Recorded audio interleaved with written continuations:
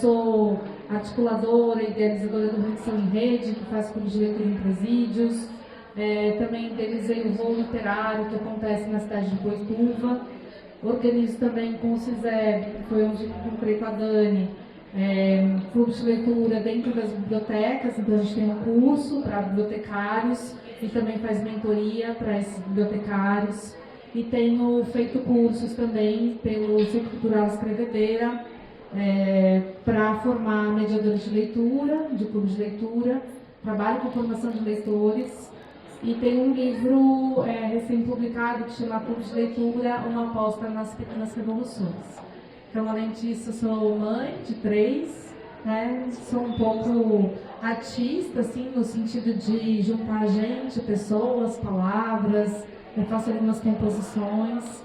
Então, eu estou aqui feliz de estar no festival, no primeiro de Cativa. Acho muito simbólico a gente estar aqui congregando pessoas para fundar um movimento, aprofundar um movimento que já tem, mas congregar as pessoas no sentido da palavra coletiva também, né, de sermos sociais e coletivos na transformação que a gente gostaria de ver nesse mundo. Então, para mim, o movimento de clube de leitura é esse lugar de afetos, de acolhimento e da literatura na centralidade, que eu sou muito grata, sou educadora, por estar aqui nessa roda hoje com as meninas. Obrigada.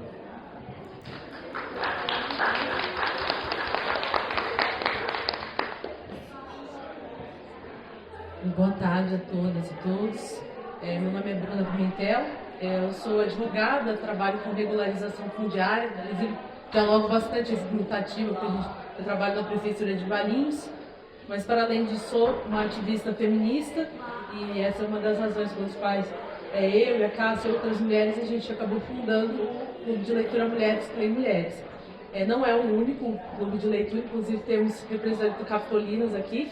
E tem muito, acho que eu conheço pelo menos 8 em Campinas, né? E isso é muito interessante, né? Nos últimos anos, a gente iniciou em 2017, e nos últimos anos a gente viu isso crescer, e a gente está feliz, é isso que você disse. A gente está crescendo o número de leitores interessados nesses clubes para trocar ideias, né?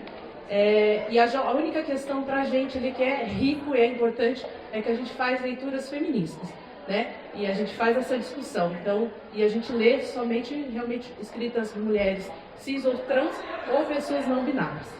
Acho que é isso.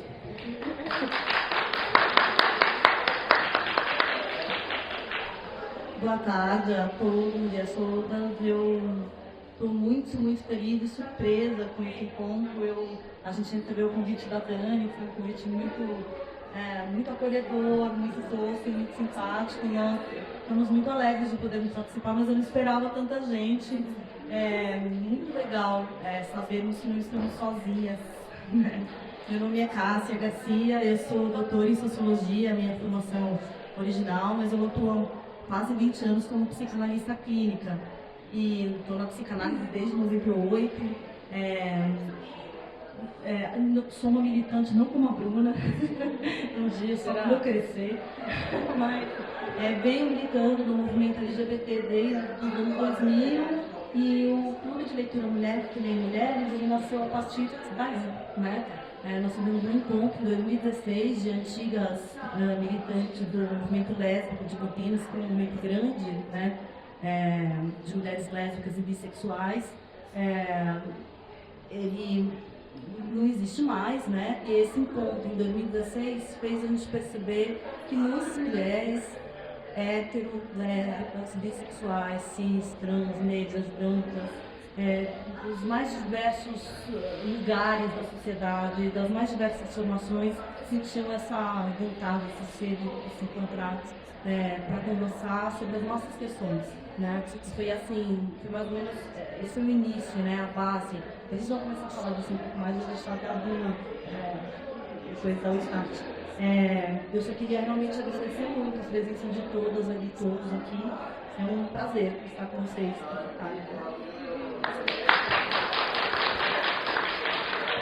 Gente, eu queria tietar um pouquinho, sabe? E agradecer demais, assim, as meninas maravilhosas que, assim, quando eu participei lá do clube, eu fiquei muito impressionada pela potência, né? Um monte de mulherada junto, né? Imagina quanto isso é inovador, dando continuidade ao clube que a gente teve com o livro da Vanessa, né? Como é importante a gente estar junto. A Janine, né, que tem o Clube Vozes Femininas, né, que a gente também só lê mulheres, e isso é espetacular. A gente falou mais cedo da dificuldade das mulheres, né, em publicar, a gente sabe que isso é histórico, né, então assim, isso é muito interessante, uma coisa que vem sendo comentada. E a Janine, gente, assim, ela é uma cultivadora de jardim. Eu adoro fazer analogias. A Janine, ela vem treinando a gente como mediadora, né? E ela parece que ela rega o jardim dela, assim, com tanto carinho, com tanto afeto, sabe? Que a gente se sente capaz de estar aqui, né? De poder reunir as pessoas, de poder encontrar as pessoas.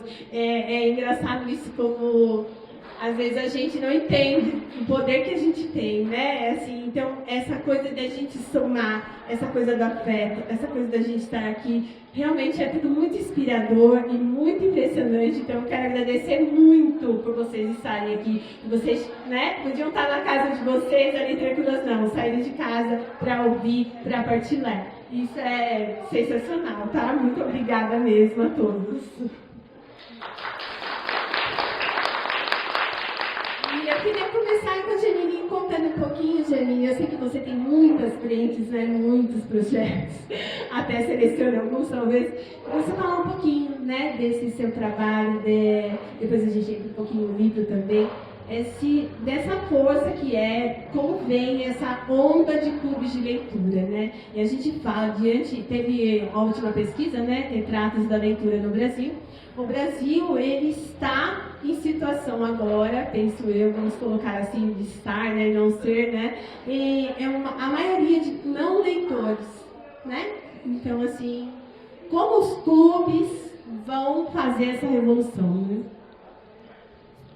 Eu gosto de contar também que quando eu trabalhei numa editora, né, foi lá que começou tudo, mas antes disso eu venho de movimentos coletivos, cooperativas, movimentos de mulheres, né, então eu sempre estive conectada com os coletivos, assim. Para mim isso é o que me move nesse mundo.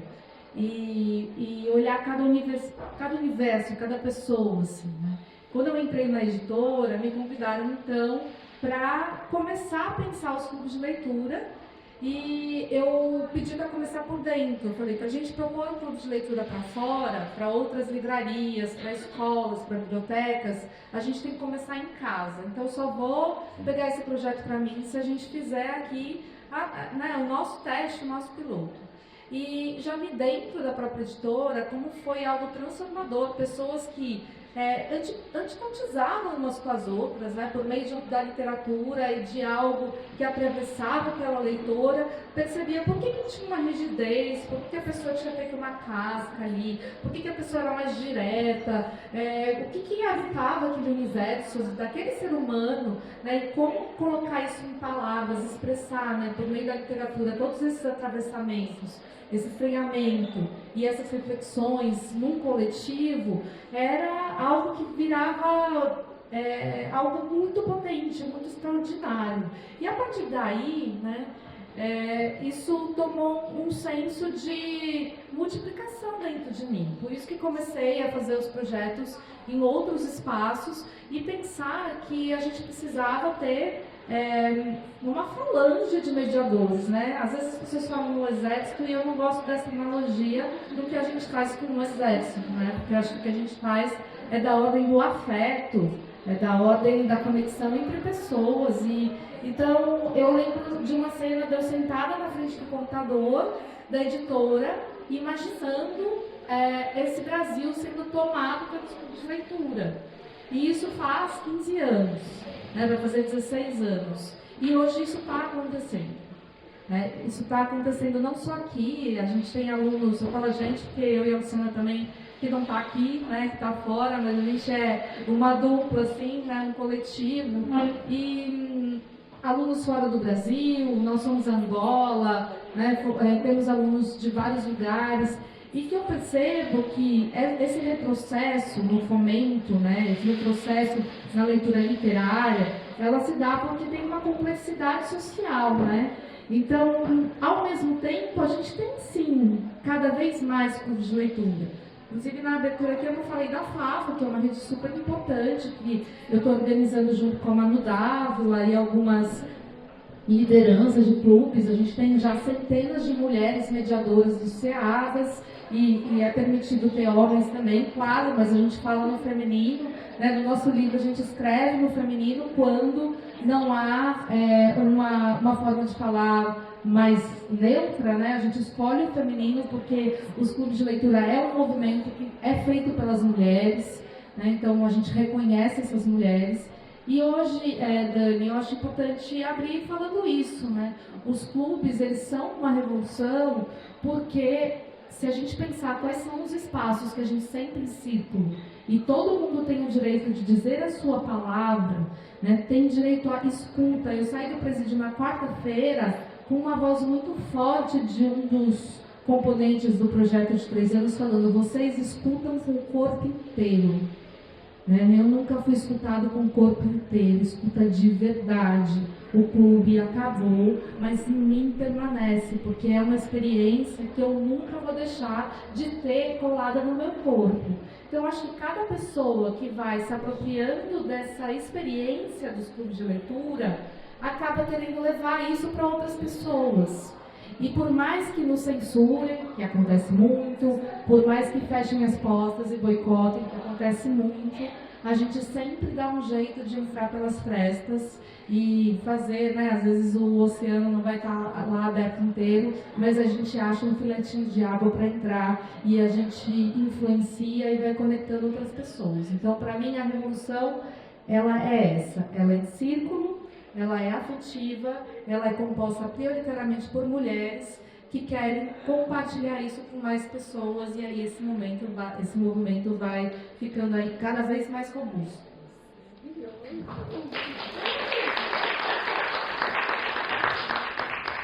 Que delícia, né, gente? Acho que assim, Itatiba é muito cru nisso ainda, né? Então, assim, mas você vê, é só questão de provocação, né? Quando alguém prova, né? Você não deixa mais, você quer participar, porque isso, né, transforma a gente, transforma o outro, né? E a gente está precisando muito disso, né? De escuta, de olho no olho, na verdade. Eu queria passar para as meninas, se elas falarem também um pouco dessa história, a Cássia já falou um pouquinho, né? E essa revolução aí da mulherada aí, tudo junto. Bom, acho que a gente pode falar um pouquinho da experiência, né, do que a gente tem vivido ali, né?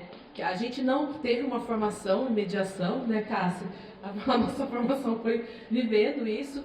Acho que hoje a gente já pode se dizer formados, né? Pós-graduados até, lidando com, assim, teria sido muito bom se a gente tivesse tido uma preparação como mediadoras, né? Nós tínhamos nossas profissões, então, algumas mais habilitadas ou não, né? Professora já é habilitada para mediar conflitos, né? Mas, e foi muito interessante, porque a gente já começou, assim, com Virginia Woolf, assim, então a gente já foi numa leitura, assim, no primeiro momento, o que a gente queria, né? A gente queria, assim, se letrar mesmo, fazer um letramento feminino, né? E a gente realmente foi para todas as mulheres que a gente podia, Bell Hooks, Angela Davis, a gente foi no feminismo negro, né, para beber dessa fonte, o transfeminismo. E aí a gente falou, nossa, só que a gente só está levando porrada, a gente só está na porrada, não tem uma poesia aqui, né? E aí as meninas começaram, né, a falar, poxa, podia ter uma literatura para dar uma quebrada ali, né? Foi acho que os dois ou três. Exato. E o que é uma falsa mentira também, né? Tem uma falsa verdade, perdão. Porque o livro é mais porrada do que essa filosofia ou sociologia, né, que a gente pega mais assim, por exemplo, Angela Davis, né? Mas enfim, depois a gente foi mudando, falando, não, vamos para uma literatura e tal. E o que, assim, eu considero que o que é mais difícil ali no grupo de leitura era você ser acolhedor, né? Porque às vezes você tem pessoas que têm uma visão completamente diferente sobre aquele livro, inclusive muitas, e a liberdade que você tem de dizer que detestou aquela obra, né? Detestei essa obra, num espaço que a maioria amou, né? É difícil você ser essa pessoa ali, né? E a gente vivenciou isso, e assim, como não oprimir a opinião dessa pessoa ali, né? Como deixar que ela seja oprimida ali, né? Esse é o papel da mediadora ali, né? Deixar que isso se expresse de forma acolhedora, mas também que a gente não fuja da temática, que a gente, né, não sair da temática, da proposta que a gente tem, no caso do nosso clube de leitura, a nossa proposta é fazer uma discussão dentro da temática feminista, né? E dentro das questões das mulheres, né? Então a gente passou alguns perrengues, hoje a gente sabe lidar melhor com isso, sem ficar fazendo inscrição assim de fala tão dura, né? A gente falou, vamos tentar aqui, é que, como você disse, né, ele foi crescendo, o clube, então às vezes é difícil conseguir todo mundo falar nos curtos espaços de tempo que a gente tem. Então hoje a papel da mediadora também é, né, dar uma segurada ali se a fala fica muito empolgada, e aí a pessoa não consegue encerrar. E é difícil também, porque a gente fala, nossa, que momento que eu faço isso? Porque a gente quer que a pessoa seja escutada, né? Aquele é um espaço de escuta e de acolhimento. E vem de tudo, né? Vem todas nós, eu estou me incluindo, quando a gente lê, a gente abre um espectro da nossa vida ali, que a gente fala assim, nossa, eu lidei com os meus monstros, com os meus traumas, com as minhas questões, e eu estou me expondo aqui para essas outras pessoas. Então, uma outra coisa que é importante nesse espaço é ser seguro, né? E é uma das dificuldades que a gente teve no primeiro momento, foi que a gente decidiu que esse espaço seria fechado para mulheres cis e trans, no primeiro momento. Primeiro a gente passou todo tipo de dificuldades que a gente... a outro princípio nosso era que fosse no espaço público, para que ele fosse acessado por qualquer pessoa, não tivesse a restrição, por exemplo, no shopping. Isso teria talvez uma restrição de classe. Daí a gente não queria isso. Então a gente foi fazer isso no MIS, Museu da Imagem de Som em Campinas. E a gente sofreu, como que eu posso dizer, um machismo mesmo, né? De certa pessoa que administrava o local dizendo assim, vocês não podem restringir esse espaço a mulheres. E a gente, por que não? Assim, esse espaço é restrito em vários termos. Tem uma oficina que é de dança, é só para quem vai dançar. Esse espaço aqui é só para quem gosta de filme de terror. Por que a gente não pode fazer um espaço só para mulher? Não posso, esse é um espaço público, não pode restringir. Aí a gente conversou entre a gente falou, bom, então vamos abrir. E vamos ver o que esses caras tanto, essa legião de homens que quer participar do nosso programa, eles querem falar, né? Dá uma senha, né, Bruno? Nós distribuímos senhas, apareceu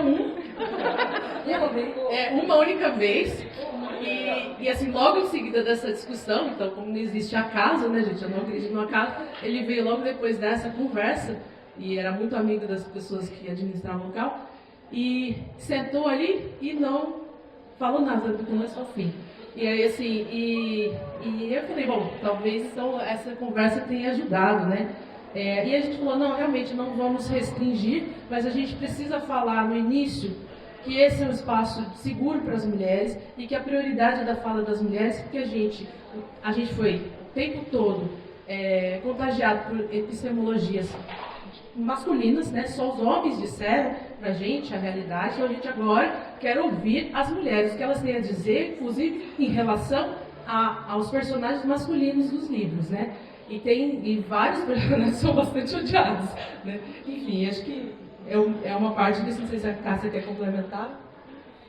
Não exatamente complementar, mas acho que enfim, vamos indo, vamos indo.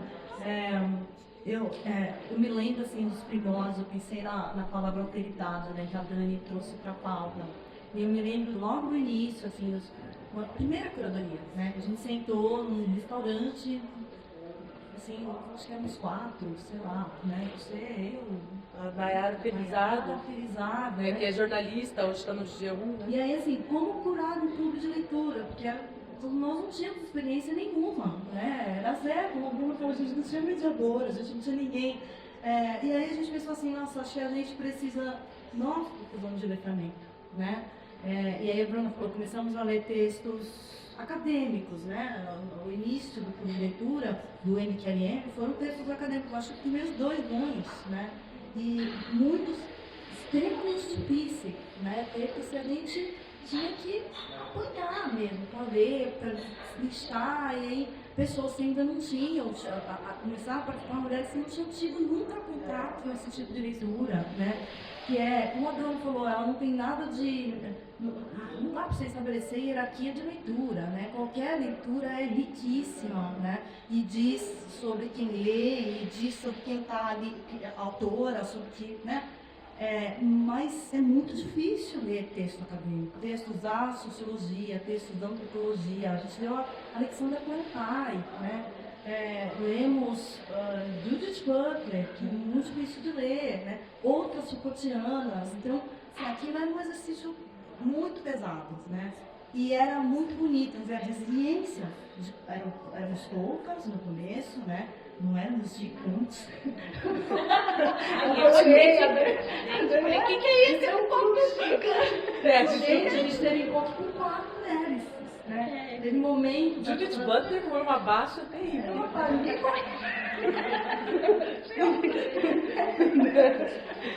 Agora, a gente Christian, né? Vamos juntar, vamos assistir. Mas, assim, foi extremamente importante, porque com esse percurso que a gente fez no início, nos primeiros anos, a gente acessou também feminismos que nós não imaginávamos, né?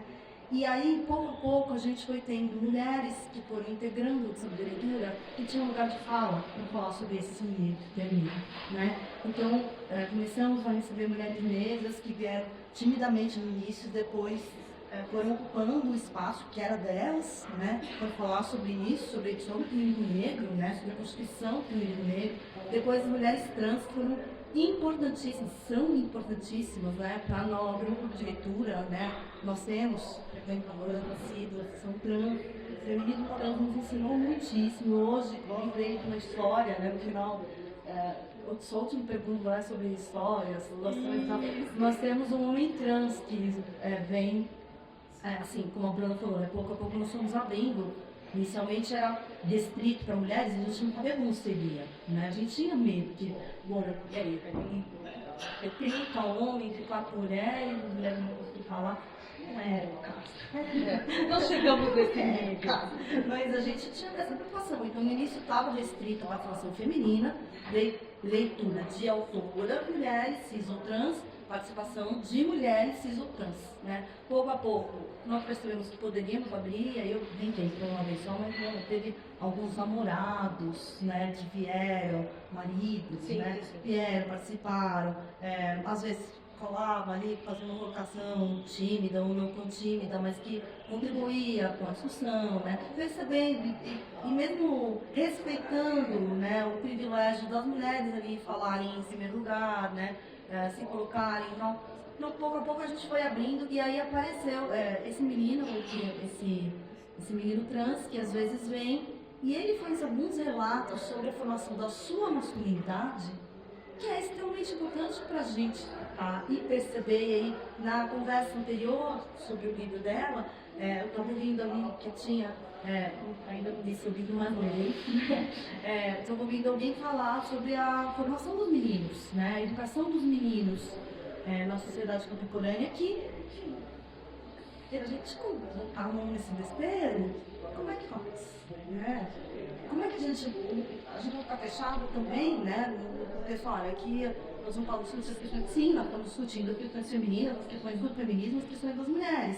Mas nós temos uma masculinidade tóxica que nos cabe enfrentar, né? Então, a presença, por exemplo, desse homem trans falando sobre a sua experiência de masculinidade nesse contexto, né, de masculinidades tóxicas, então, como se formar homem tendo sido mulher um dia, né, que é diferente de você nascer menino e que, né, também a gente tem hoje uma literatura e uma cinematografia sobre a educação dos meninos que é de doer, né, de arrancar sangue. Né? Então, enfim, acho que a gente tem, hoje a gente tem um pouco mais de, como o Bruno falou, estamos com isso um pouco mais na mão, né? Que é um clube de leitura, porque a gente aprendeu a vida, né?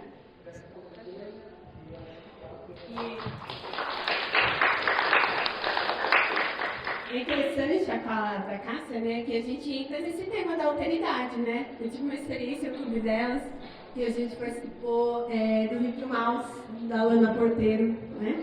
E aí todo mundo falando sobre as dificuldades, né? E as pessoas... E quando você lê, você julga também não sendo aquela pessoa. Né? A gente teve a oportunidade, né, da fala de uma mulher trans que estava presente no grupo. E isso desperta, né, da gente, assim, é incrível, porque quem não tem, né, seus preconceitos, né, dentro da mente da gente. Preconceito que eu digo é no sentido assim, de você ter um não conhecimento mesmo, né? Do não conhecimento da causa.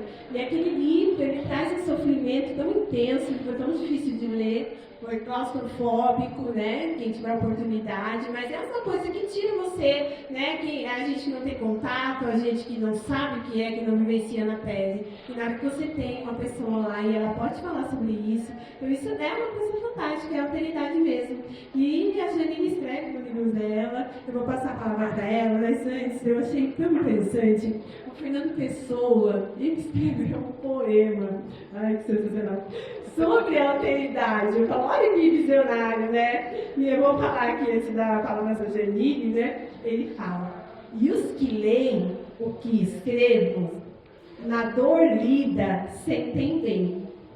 Não as duas que ele teve, mas só a que eles não têm. Olha que interessante, né?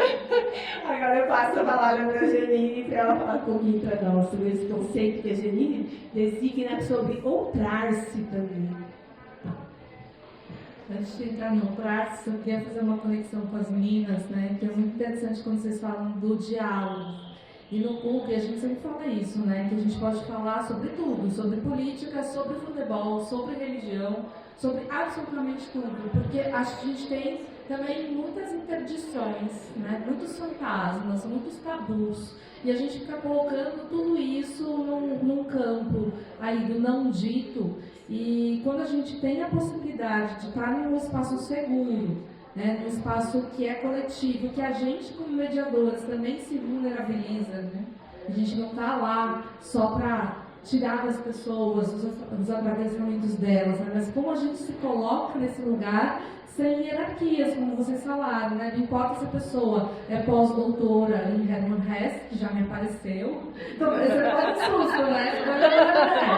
Aí a pessoa levanta a mão e fala assim, então, eu estou vindo aqui porque eu... Aí ela fala, então, mas eu quero saber o que você sentiu. Eu acho que você pensou muito sobre o Hermann Hesse, né? Quero saber o que você sentiu lendo. Por que você foi estudar esse autor? Porque aqui a sua opinião é tão importante quanto alguém que mal conseguiu entender o que está escrito, né? Ou que tem uma outra trajetória leitórica. São mediadoras, e foi interessante que essa Bruna Hesse, ela falou, então eu quero falar no final. Ela chegou lá querendo falar, né? E no final ela falou, nossa, que interessante, eu nunca tinha pensado o que eu senti lendo isso. E escutando as outras pessoas, isso também muda tudo dentro de mim. Então é bonito quando a gente também se coloca e realmente num espaço de horizontalidade em que a palavra pode ser dita, né? E que a gente vai dialogar sobre essas coisas, né? Eu não estou lá para convencer ninguém do que eu estou pensando, da minha leitura. A minha leitura não é mais importante que a dos outros. E eu acho que esse campo entra nessa perspectiva do outras, né? Mas também tem os nossos limites, quando elas falaram, aqui é um clube para que as mulheres se sintam confortáveis. Uma vez eu estava numa mesa com a Mili Lacombe, num evento que é de Castraca do meu último filho, eu tenho 3, há 7 anos. Era um evento de Dia das Mulheres, a gente estava ali na Casa das Rosas, na Paulista, cheio de mulheres e alguns homens, poucos, né? Os que pegaram a senha para entrar, tinham poucos. Mas na hora que a gente abriu a palavra, a primeira pessoa que levantou a mão foi um homem. E eu era mediadora da mesa, aquilo me incomodou demais. Eu falei, olha, desculpa, eu não quero escutar sua voz primeiro. A gente está no evento de mulheres, com uma mesa composta por mulheres, e vocês vejam que absurdo que é o patriarcado, que um homem se sente absolutamente confortável para ser o primeiro a levantar a mão. E eu também não fiz curso com ninguém quando eu comecei. Eu fiz, E virou PhD, né? Porque quando você está disponível para aprender com a experiência, né? Eu acho muito precioso você ir percebendo o que você faz de errado, o que você faz de certo. Isso é o trace, né? É você conseguir ali, numa perspectiva da escuta e de observação do universo que não é o seu, transformar o que tem em você a partir do outro, né? Isso é antropológico, essa é a nossa experiência no mundo. A gente só aprende as coisas porque alguém nos ensinou, porque... Obrigado. É da rádio. Porque alguém nos ensinou. Então, o clube de leitura, eu acho que ele é tão rico quanto forem as pessoas que estiverem naquele espaço, né? E um livro vai bater de um jeito num lugar e vai bater de um jeito no outro lugar. E eu fico pensando numa experiência, que ela falou de uma experiência, né, que eu acho que impacta muito quando a gente pensa no outro, né, qual é a relação com o outro. Então, eu até relato isso no último, saiu agora uma publicação pelo CISEB, que está online também, que é sobre redução de pena pela leitura, e eu e a Alcina, a gente escreveu um texto que chama Nas Tranças do Tempo, né, muito inspiradas no show do Gil, e pensando nesse tempo que vai se trançando e nessa tessitura que é composta pela diversidade de pessoas que estão sentadas na nossa roda. E a gente conta uma experiência que quando eu fui para Tremembé, eu faço trabalho no presídio desde 2011. Só que Tremembé para mim foi uma experiência muito difícil de partida, porque eu tinha dúvidas qual era a profundidade da minha humanidade, porque eu sempre participei de clubes em que as pessoas foram encarceradas, né, com uma população que não tinha terminado o Fundamental 2, que essa é a lógica, né, do sistema carcerário. Trabalho com redução de penas, como redução de danos, né, não como salvamento, mas como, se você que é advogada, né, a gente faz valer um direito, mas reduz danos e propõe um processo formativo. Mas Tremembé era aquele presídio das estrelas, né, que chamam, que não tem nada de estrelas, tá, gente? Na ilha de cara dos presídios. Não existe ilha de cara dos presídios. Existem o ruim e o péssimo, né? O que não deveria existir. Mas eu fui no caminho me perguntando se eu teria a capacidade de olhar no olho de uma pessoa que eu sei que cometeu feminicídio, ou uma pessoa que eu sei que estuprou mulheres, ou que abusou de crianças, né? Que lugar é esse, né? E levar a literatura. E o primeiro texto que a gente levou foi Olhos d'Água, da Conceição Evaristo. E naquele momento eu já fiquei muito mobilizada, porque é o que a gente fala, né? Um bom texto de literatura tem várias camadas, né, de serem analisadas, mas acho que a primeira delas é quando a gente, primeiro, não subestima esse leitor, não entrega tudo, né? Tem entrelinhas, tem um imaginário que é muito diferente do seu, mas você se conecta, que eu acho que tem a ver com o seu poema, né? Do Fernando Pessoa, As Dores. E um deles pergunta assim, por que você trouxe um texto tão triste, numa realidade tão triste, né? E aí ele parou para pensar e falou, mas eu preciso dessas palavras de tristeza, porque eu também tive uma mãe, né? E a minha mãe sofre até hoje por eu estar aqui. E depois desses 3 anos lá dentro, uma experiência de ver muitas grandes transformações,